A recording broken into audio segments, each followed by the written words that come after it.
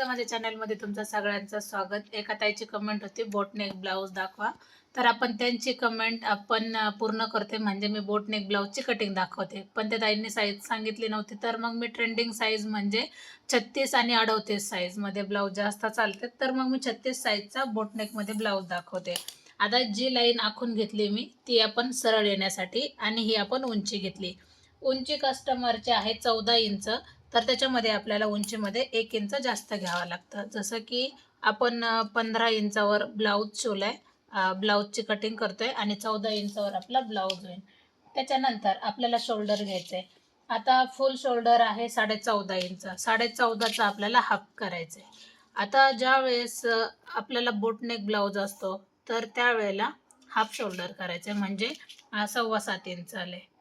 तर तुम्ही इथं 7.25च घ्यायचे, पाहू शकतात। तसंच थोडी मार्किंग आपण 7.25 वर खाली केली, म्हणजे एकसारखी लाईन येण्यासाठी। आता ही लाईन आपण एकसारखी येण्यासाठी आपण हा एक पॉइंट दिला का आपल्या लक्षात येऊन जातं। ही लाईन मी सरळ करते। त्याच्यानंतर येतं आपल्याला गळा रुंदी। आता गळा रुंदी कोणाला किती लागतो त्याच्या आवडीनुसार घ्यायचा, तर मी इथं 4 इंच गळा रुंदी घेते। बोटनेकला गळा रुंदी 4 4.5 पर्यंत तुम्ही घेऊ शकतात। तीच गळा रुंदी मी थोडीशी खाली पण घेणार, आणि नंतर आपण याची पण लाईन सरळ आखून घेऊ। आता कोणाला किती गळा लागतोय तुम्ही तुमच्या आवडीनुसार घेऊ शकता, याच्यामध्ये तुम्ही वेगळे वेगळे गळे टाकू शकता। आता आपण डबल फोल्ड मध्ये पेपर घेतलाय, तर दोन्ही बाजू एक सोबत आपण कटिंग करू, पाठीमागचा भाग आणि फ्रंट भाग। तर आपल्याला काय करायचंय, पाठीमागचा गळा एक तर तुम्ही 3 इंचावर पण घेऊ शकता किंवा 4 इंचावर पण घेऊ शकता। मी हा 3 इंचावर गळा घेतलाय, तर मी हा पाठीमागच्या गळ्याबद्दल तुम्हाला सांगते।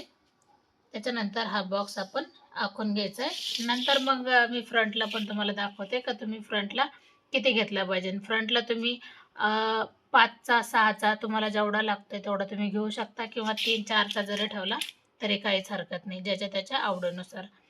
आता एक गळा झाला पाठीमागचा आणि दुसरा झाला फ्रंटचा, ही गोष्ट लक्षात घ्या। आता हा गळा एवढा पण हे नसतो, म्हणजे गोल नसतो, तर मग मी याला असा आकार देऊन घेते अशा पद्धतीने।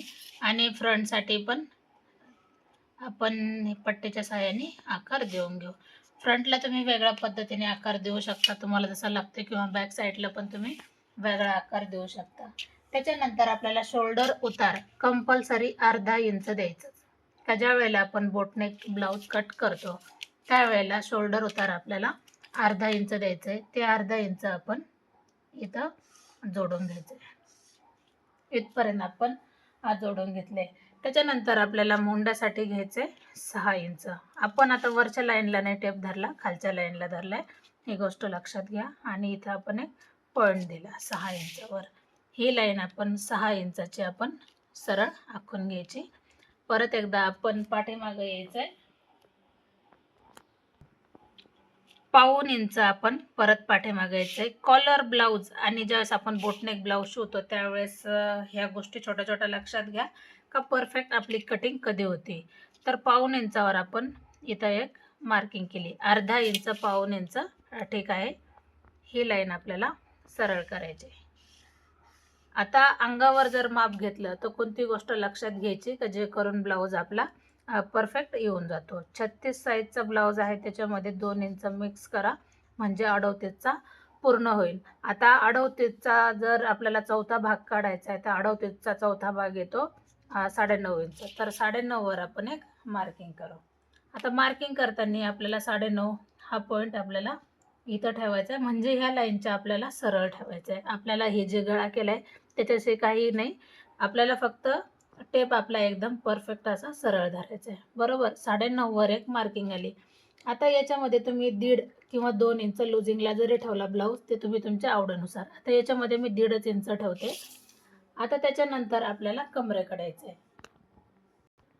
आता आपण कमरेचा अंदाज कसा घ्यायचा मी तुम्हाला सांगते। हे जवळजवळ माप किती आले, 11 इंचाला 2 लाईन कमी, मग त्याच्यामधून तुम्ही अर्धा इंच जरी कमी केलं तरी काहीच हरकत नाही। आणि नंतर मग 1.5 इंच आपल्याला परत एकदा पाठीमागच्या बाजूला यायचं आहे, इथपासून परत 1.5 इंच पाठीमागे यायचं आहे। आणि ही लाईन आपल्याला अशी आपण आखून घेऊ. आता आपल्याला मोंडासाठी कशा पद्धतीने आपण मोंडा काढला पाहिजे ह्या गोष्टी समजून घ्या.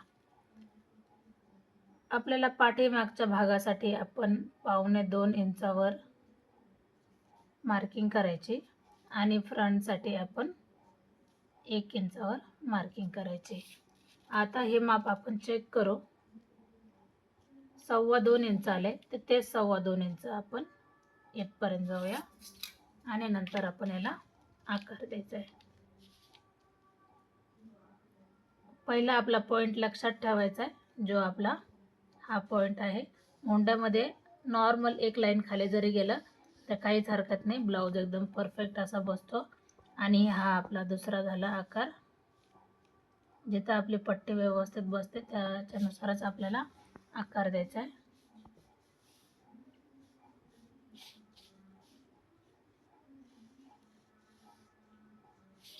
अशा पद्धतीने याला आकार आला. तर हा झाला आपला एकदम परफेक्ट असा हा पाठीचा भाग. आता आपल्याला यायचं आहे फ्रंटकडे. तर आपण फ्रंटचा भाग आपण दुसऱ्या व्हिडिओमध्ये बघू. आपला हा झाला पाठीचा भाग पूर्ण कंप्लीट. तर आपण याची कटिंग कशी करायची ते तुम्हाला दाखवते. आणि दुसऱ्या भागामध्ये तुम्ही समोरचा भाग कसा कट करायचा हे पहा. कारण बऱ्याच जणांना कळत नाही का फ्रंट आणि बॅक साईड कशा पद्धतीने काढायचे. तरी पण मी डबल फोल्डमध्ये पेपर घेतले. आता मी तुम्हाला हा कटिंग केल्यावर उलगडून दाखवते. त्याच्या अगोदर आपल्याला टक्स पॉईंट कसे घ्यायचे ते मी तुम्हाला सांगणार. एक पॉईंट दिला मी, तोच पॉईंट आपल्याला वर 4.5 इंचापर्यंत न्यायचा आहे. आता आपण टक्ससाठी किती इंच वाढवलेला, 1 इंच पाठीमध्ये.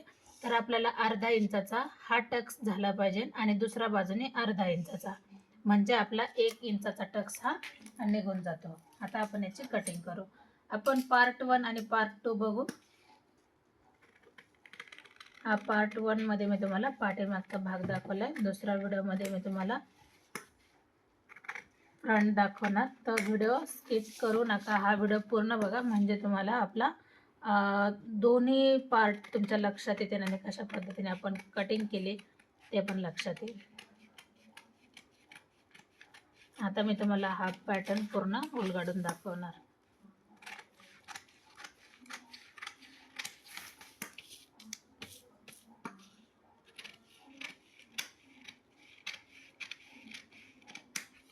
हा झाला आपला पाठीमागचा भाग. आता मी तुम्हाला याला उलगडून दाखवते.